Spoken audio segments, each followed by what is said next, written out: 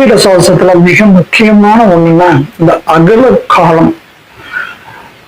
அகுல காலம் என்பது என்ன அப்படின்னு பாத்தீங்கன்னா, நீங்க இந்த மாதத்துல வரக்கூடிய கடைசி நாட்கள் அகுல காலம். இந்த அகுல காலம் என்பது என்னன்னா, துன்பமான நாட்கள்னு சொல்லலாம், அதாவது வருத்தம் தரக்கூடிய நாட்கள்னு சொல்லலாம், அதாவது எந்த ஒரு முயற்சியும் வெற்றி அளிக்காத நாட்கள்னு சொல்லலாம். அப்படி ஜோதிட சாஸ்திரத்துல இந்த மாதிரி ஒரு முக்கியமான ஒரு நாள் இருக்கு.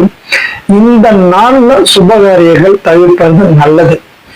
ஏன்னா பொதுவா இந்த நாட்கள்ல திருமணம், அதாவது இப்ப குறிப்பா ஆவணி மாதத்துல கடைசி நாட்கள், அடுத்தது புரட்டாசி வரப்போகிறது அப்படின்னு சொல்லி முகூர்த்தத்தை வைப்பாங்க ஒரு சிலர்.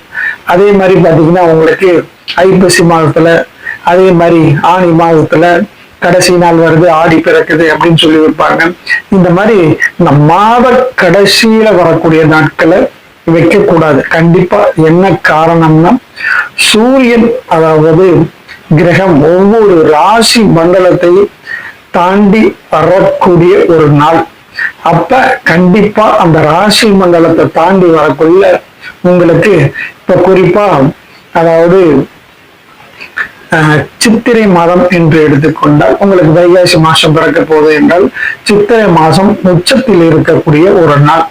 அந்த கடைசி நாள் மேஷ மண்டலத்திலிருந்து மாறி ரிஷப மண்டலத்துக்கு வரக்கூடிய அந்த நாட்கள்ல சூரியனோட அந்த தன்மை கம்மியா இருப்பதனால, அந்த ஒளியோட தன்மை கம்மியா ஏற்படுவதனால, அந்த இரண்டுக்கும் இடைப்பட்ட மண்டலத்துல நகர்வு இருப்பதனால கண்டிப்பாக அந்த நாட்களை நீங்கள் தவிர்ப்பது நல்லது. அப்படி நீங்க பண்ணக்குள்ள உங்களுக்கு சில நேரங்கள்ல சில பிரச்சனைகளை சந்திக்க கூடும். அதனாலதான் நிறைய பேர் வாழ்க்கையில அவங்களுக்கு துன்பம், கஷ்டங்கள், பிரச்சனைகள், மனக்கசப்பு இந்த மாதிரி எல்லாம் ஏற்படுறதுக்கு மிக முக்கியமான காரணம் இந்த மாதிரி இந்த அகுல காலம் என்பது.